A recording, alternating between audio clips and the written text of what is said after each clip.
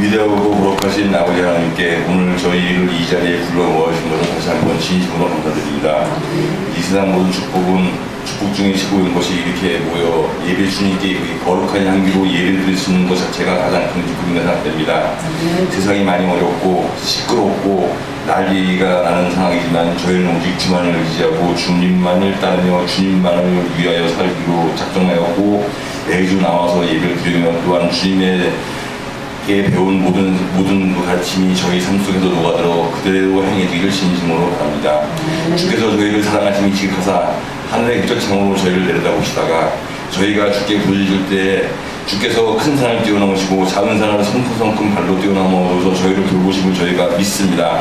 그 은혜에 감사드리며 저희의 모든 잔이 넘치었고 주의 은혜에 늘 감사드리고 반복드립니다.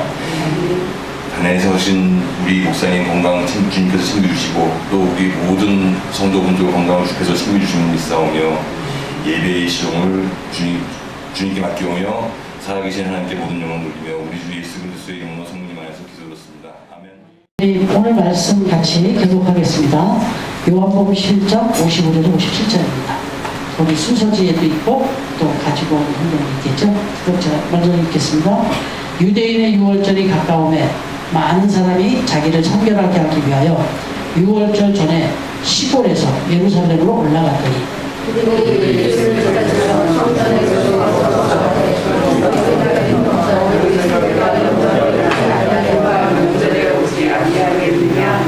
이는 대제사장들과 바리새인들이 누구든지 같이 읽겠습니다. 다시 한번 57절 시작. 이는 대제사장들과 바리새인들이 누구든지 예수 믿는 것을 알거든 신고하여 잡게 하라 명령하였음이러라. 아멘. 하나님 말씀입니다.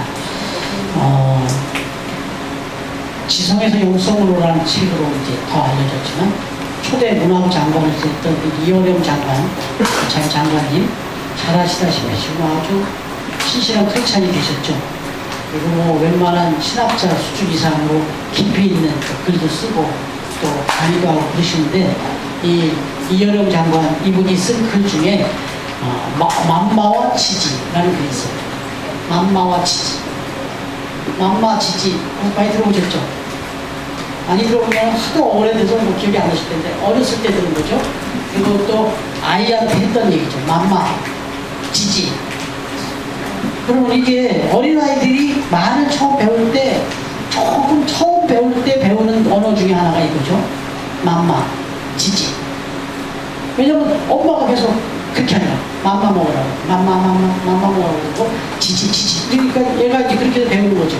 근데 중요한 것은 이어령 장관의 얘기들을 하자면 심리학 교수나 이 성장 발달 이쪽에서 얘기하는 용어를 만들었다면 사람에게는 맘마 본능과 지지 능력이 있다. 맘마 본능이 있고 지지 능력이 있다. 우리 인간에게는. 이게 무슨 얘기일까요? 어린아이는 태어나면서부터 맘마 본능을 갖고 있다. 뭐 당연한 거예요. 먹겠다는 거잖아요. 그래서 뭐든지 다 입으로 가져가죠. 소위 구강기나 이렇게 입으로 가지고 뭐만 있으면 다 입으로 가져가잖아요. 이게 막 아무것도 없으면 어떻게 돼요? 자기 손가락에 넣고 빨고 공갈수 있어서 꽂아내는 거예요. 이게 맘마 본능이라는 거죠. 근데 한번 생각해 보세요. 손에 닿는 것이 있으면 무조건 다 입으로 가면 이거 큰일 나잖아요.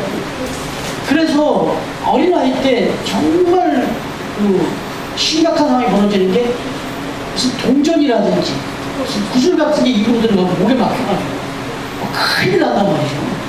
저 그런 경우를 봤어요. 교회에서도 본 적 있고 또 다른 곳에도 봤는데 애기가 목에 그냥 탁 걸려가지고 이게 근데 이런 거는 이제 위험한 물건이고 더러운 것도 모른다. 더러운 것도 저희 조카는 보니까 막 시멘트는 막 흙도 막 먹어요. 어렸을 때. 그래가지고 얼마나 또 그것 때문에 또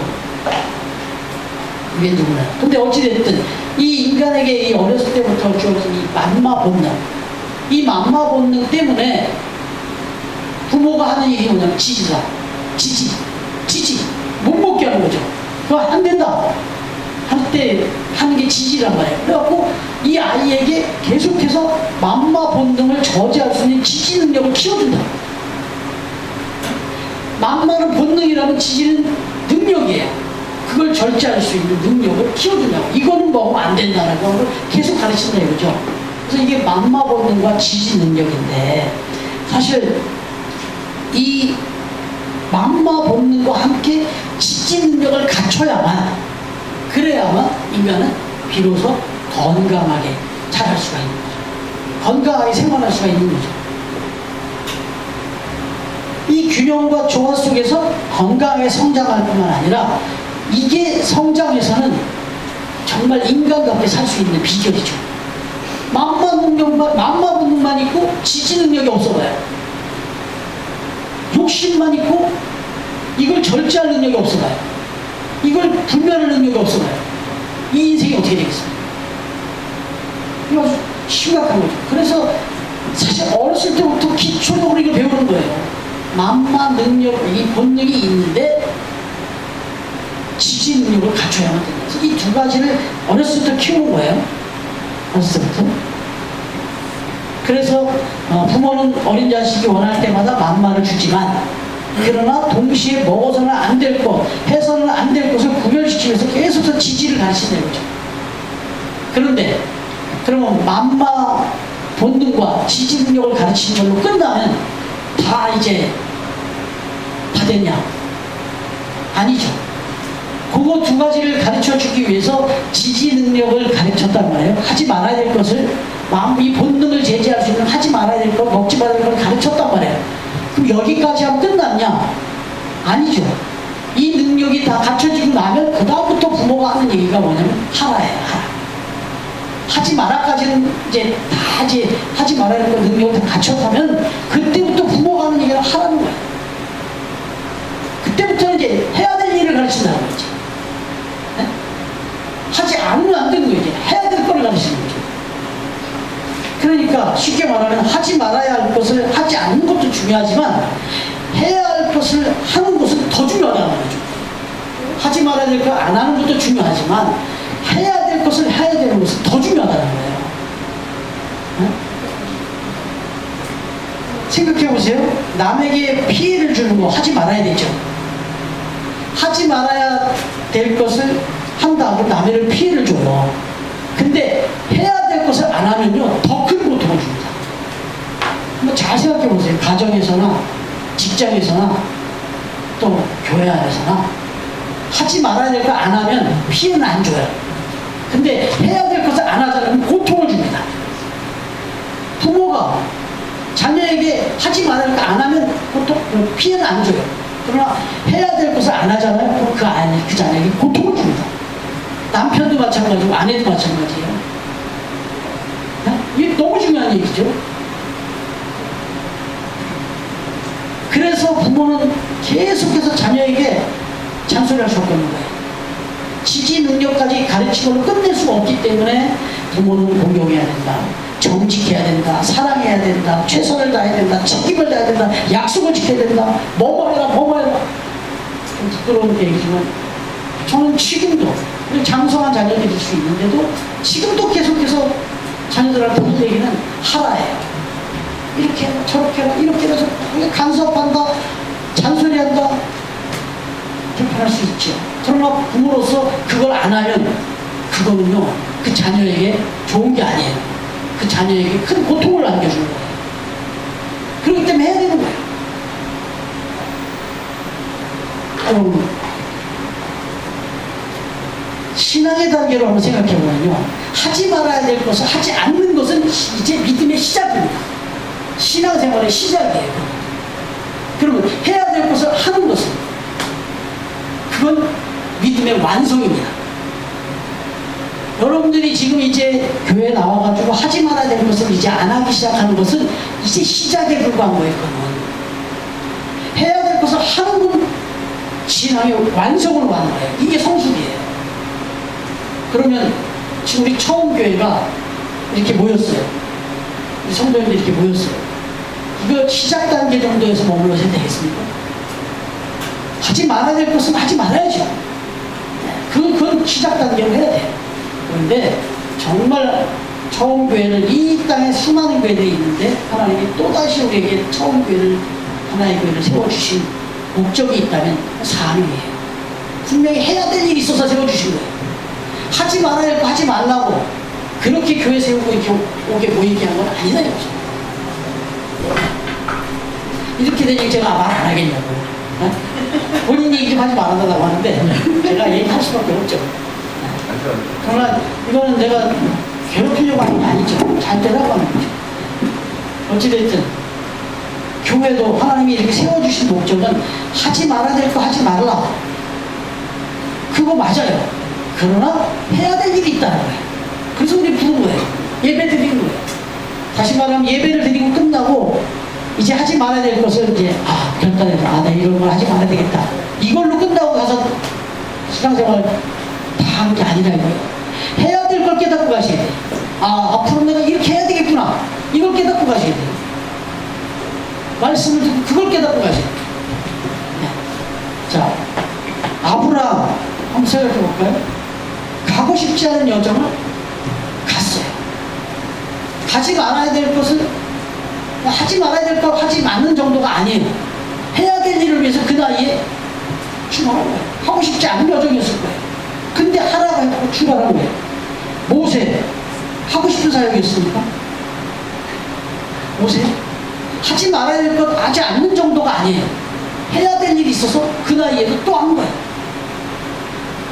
맘마와 지지가 있었지만 마침내 하나의 단계까지 간 거예요. 이 땅에 생명의 줄 오신 예수님께서 당신 앞으로 나오는 모든 사람들의 요구를 다 들어주셨어요. 그럼 생각해보세요. 병든 자들 다 병 고쳐주셨어요. 맘마 그거 해결해 주셨어요. 귀신 들린 자 귀신 다 쫓아주셨어요. 배고픈 자 오면 오병의 역사 다 베풀어 주셨어요. 한마디로 원하는 맘마를 다 주신 거예요. 여러분들 교회 신앙생활하는 거 오셔갖고 집안 문제 해결되고 건강 문제 해결되고 그거 해결 안 된다는 게 아니에요. 해결됩니다. 하나님이 얼마든지 그거 해주실 수 있는 능력이 있어요. 근데 그거 들어주시는 것 정도는 맘마예요. 네? 맘마 그거 부모가 해주는 정도 그거 만족하고 나 신앙생활 할 때 이게 해결되고 이게 잘 되더라. 이 정도 수준으로 이건 어린아이예요. 어린아이. 진짜 하나님이 그걸 들어주시고 해주시는 이유는 지지도 가르쳐 주시는 거예요. 그리고 그 다음에 더 중요한 건 그걸 통해서 해야 될 일이 있다는 거예요. 건강을 주신 이유가 있고 사업을 축복해 주신 이유가 있고 물질을 주신 이유가 있다는 거예요. 더 심하게는 이건 조그만 교회 이 장소도 지금 말도 안 되는 이런 장소에서 정말 감사하지만 어쨌든 아직도 이 교회 상황을 얘기하면 되게 막 애틋한 마음으로 얘기해 주시는 분들 많아요. 정말 모두 일도 모르시는 분들 얘기하는데 어쨌든 상황은 그렇잖아요. 그런데 분명히 하나님은 하시는 일이 있어서 우리를 이런 곳에 보내주셨고 이렇게 마음을 모아주셨잖아요. 마가복음 8장 34절에 보면 누구든지 나를 따라오려거든 자기를 부인하고 자기 십자가를 지고 나를 따를 것이냐. 하지 말라는 것과 해야 될 일을 얘기하세요. 또 요한복음 12장 24절에도 하늘의 밀이 땅에 떨어져 죽지 아니하면 하늘 그대로 있고 죽으면 만을 열는다. 죽으라는 거예요. 하라는 거예요. 그 다음에 마태복음 28장 19절에서 20절 너희는 가서 모든 민족을 제자로 삼아 아버지와 아들과 성령의 이름으로 세례를 베풀고 내가 너에게 분부한 모든 것을 가르쳐 지키게 하라. 하라. 지금 오늘 이곳에 모이신 것도 결국 오늘 말씀을 듣고 여러분이 들어야 될 음성은 하지 마라 정도가 아니라 하라. 지금 나에게 뭘 하라는 건지 이걸 들으셔야 되는 거죠. 오늘 말씀 한번 잠깐 살펴볼까요? 오늘 말씀 우리 이미 그 앞부분을 12장을 봤으니까 한번 보시면 이스라엘의 최대 명절이 6월절을 앞두고 이스라엘 전국에서 수많은 사람들이 율법에 따라서 먼저 성결의식을 행하기 위해서 예루살렘을 몰려들었단 말이에요. 그 성결의식을 다 거쳐야만 예식에 참여할 수 있었기 때문에 그런 절차를 거치면서 모였어요. 55절 56절 한번 볼까요? 다시 한번 같이 읽겠습니다. 55절 56절 시작.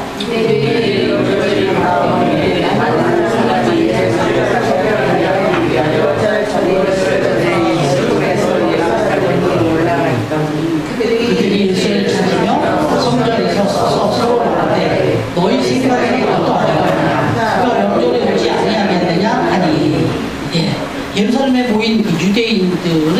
명절 때문에 어김없이 성전의 모습을 보이셨던 예수님을 이제 찾아봤던 거예요.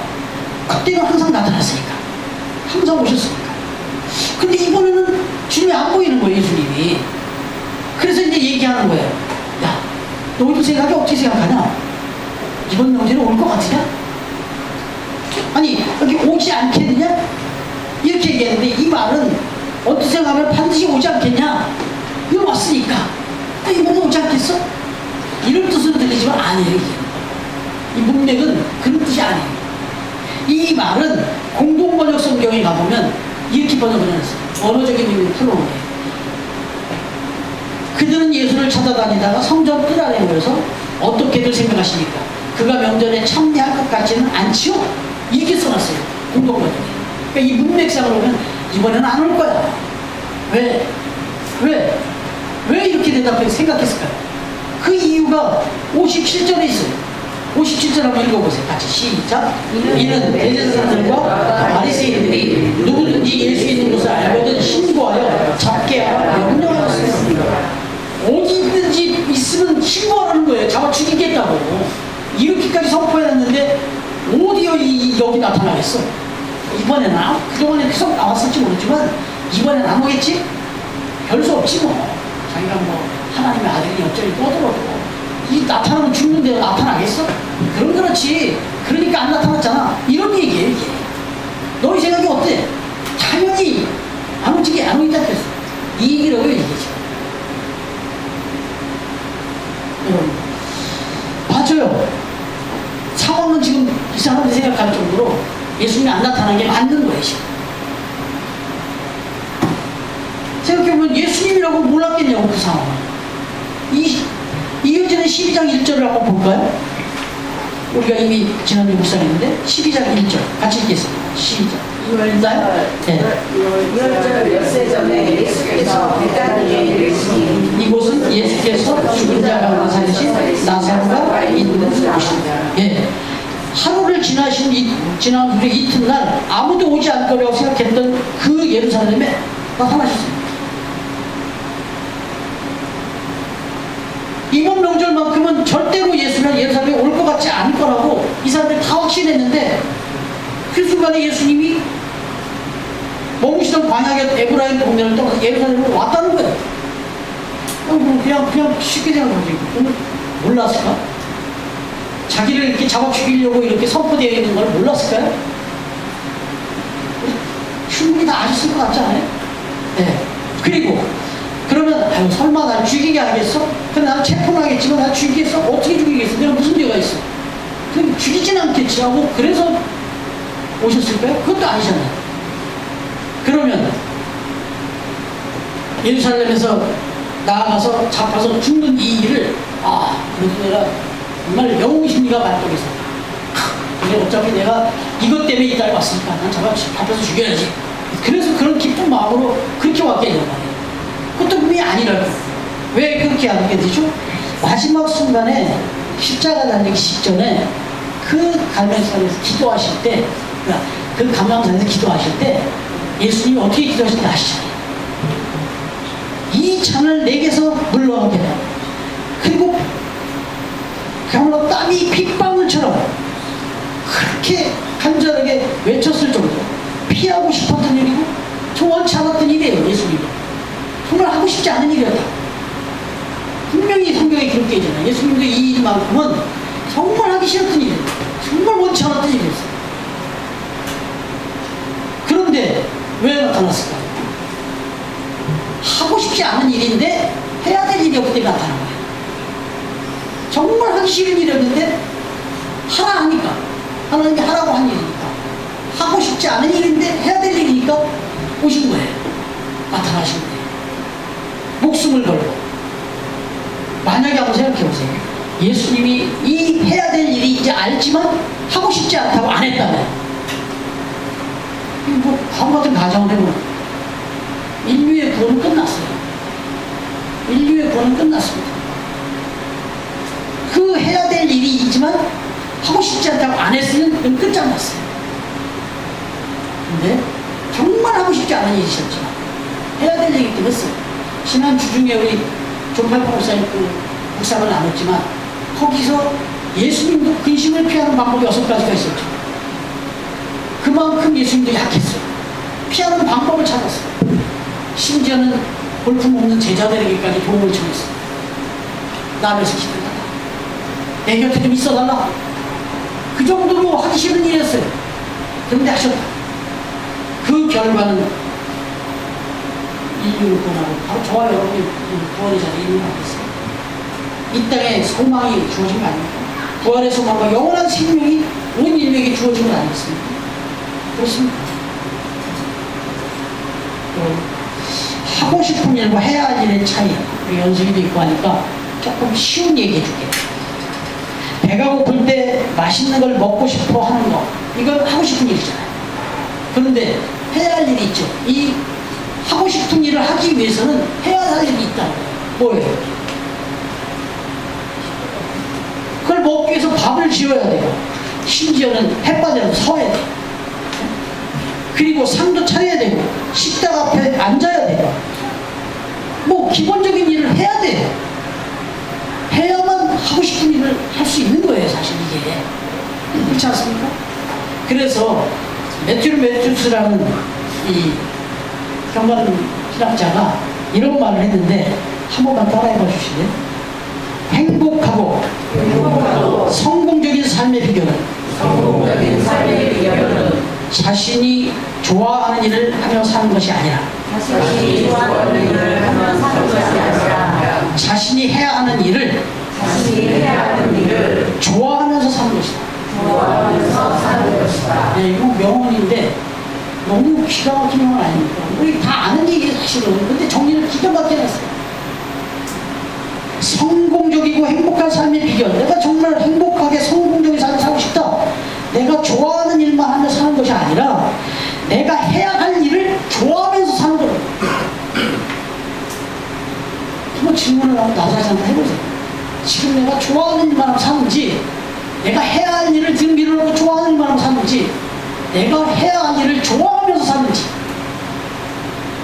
이거 중요한 거예요. 이 중에 가장 중요한 게 신앙생활이에요. 신앙생활 정말 하고 싶은 일일 수도 있지만 어떤 때는 정말 하기 싫은 일일 수도 있어요. 왜냐하면 우리 본능에 거슬려요. 신앙생활의 모든 면들이. 죄성으로 물든 우리의 이 본능을 신앙생활은 전적으로 거부가 되어 있어요. 거슬리게 되어 있어요. 그리고 그렇습니다. 이 사람이 불행해지는 이유가 뭐냐? 꼭 해야 할 일을 하지 않고 하고 싶은 일만 행을 살기 때문에 불행해지는 거예요. 여러분, 우리의 신앙은 오직 맘마만을 구하는 신앙의 모습은 아니었는지 돌아가라. 오늘도 교회 나와서 기도하고 늘 기도 부탁하는 내용이 맘마를 구하는 기도하는 기도하고 이래서는 안 된다는 거예요. 그게 나쁘다는 게 아니라 그거 안 해야 된다는 게 아니라 주님이 말씀하셨어요. 일용할 양식도 구하고 분명히 이렇게 기도하라고 하셨어요. 그러나 그걸로 다면 어린아이예요. 그걸로 다면 하나님, 오늘 내가 뭘 해야 될까요? 오늘 내가 또 새로운 복된 한 날을 주셨는데 건강도 주시고 시간도 주시고 물질을 줬는데 내가 이 한 날을 무엇을 하면 살면 되겠습니까? 이걸 물어야 돼요. 이런 기도까지 가야 돼요. 이 기도까지 가야죠. 오늘도 그런 마음으로 예배하고 그런 마음으로 기도하고 한 주간을 그렇게 사셔야 되지 않겠네요. 정말 꼭 해야 할 일을 하지 않고 하고 싶은 일 하고 사는 거, 이거 정말 의미가 없어요. 2019년 지금 절반이 훌쩍 지나갔습니다. 오늘까지 신앙생활을 오시면서 우리의 신앙이 혹시 그런 모습 아닌지 한번 돌아보고, 혹 어린아이처럼 역시 지지의 수준에만 머물러 있지는 않았는지 돌아보고, 구원받은 성도로서 저는 저 역시 목사로서 정말 중직자로서 이런 모습은 없었는지 처음 돌아보죠. 때때로 비록 원치 않는 일을 할지라도 오늘 예수님처럼 피하고 싶고 정말 내가 저런 인간들을 위해서 내가 목숨을 바쳐야 돼? 이런 생각도 들지 않겠어요? 그런 상황에서 이게 뭐 너무 리얼하게 설명하지 마세요. 내가 이런 남편을 위해서 희생하면서 살아야 되겠어? 뭐 이런 생각 하지 마세요. 그렇게 살라고 지금 여기 나오잖아요. 그렇게 사는 게 당신에게 주어진 사명이라고 말하잖아요. 남편이 더 많이 그러거든요. 남편들에게는 제가 얘기 안 해도 되잖아요. 남편들은 잘하고 있어요, 그렇게. 남편들은 아내의 그 어떤 상황이 아니더라도 나는 이 안내를 위해서 내 죽도록 목숨을 가지고 살아야 된다고 생각하고 사시는 분들이 여기다. 네, 다른 살고 계신 분들이 여기 우리 임명호 성도님 다시 한 번. 맞죠? 맞아요. 그렇게 살고 계시잖아요. 아니 제가 저기 이야기 나눠봤는데 다 그렇게 살고 계시더라고. 그래서 한 번은 있더라고. 내가 왜 이렇게 살아야 되나 이런 거 있더라고. 근데 분명히 다 그렇게 살고 계세요. 네, 그래서 내가 아내에게 또 말씀드립니다. 네. 내가 이 남편에게도 내가 어떻게 이렇게 살아야 되나? 살라잖아요 지금. 살라고 말씀하시잖아요. 근데 하나님 말씀이에요. 그러니까 성우님 살라잖아요. 네, 오늘 아침 제가 뭐라고 하겠어요. 왜 자꾸 툴툴거리냐 나한테. 네, 그렇게 이랬어요. 좀 잘해달라고. 예, 아무튼 예. 여러분 그런 마음으로 신앙생활 사실 신앙생활 하다 보면 한마디만 더 말씀드리고 마치겠습니다. 처음 교회 누가 지금 가라고 해서 본 거 아니죠? 그리고 처음 교회에서 지금 신앙생활 하는 거 참 쉬운 일 아닐 수 있습니다. 그리고 앞으로 좀 이런 말씀을 드리는 이유는 제가 자꾸 하라고 하는 얘기를 많이 할 거예요. 자꾸 하라는 얘기를 많이 하게 될 겁니다. 제가 제 양심을 걸고 어떻게 말을 하니? 하나님이 주신 말씀을 제가 어떻게 회피해요? 하라는 거예요. 그 말 안 하고 마음만 얘기만 해요, 제가? 지지 얘기만 해요? 그럼 안 되잖아요. 하라 얘기를 해요, 진짜. 그래서 계속 여러분에게 하라 얘기를 할 거예요. 이렇게 하셔야 돼요. 저렇게 하셔야 돼요. 우리 아이들한테 잔소리 하듯이 여러분들 잔소리가 될 수밖에 없겠죠. 제가 무슨 뭐가 사회 경륜이 많아서 무슨 능력이 많아서 이게 아니라 하나님의 대원자로서 한다는 거죠. 그렇게 받아주시고 정말 위해서 우리 처음에 성도님들 그 마음으로 하나님이 지지만마 이 주를 올려서 하나의 명령을 사명을 받아서 그렇게 신앙생활하는 그런 성숙한 우리 처음에 성도님들 다 되시기를 이 땅에 빛으로 오신 주님의 이름으로 축원합니다. 기도하겠습니다. 바로 찬양하겠습니다. 예, 강물 같은 주의 은혜. 창조의 하나님이 나의 아버지. 이게 강물 같은 주의 은혜예요.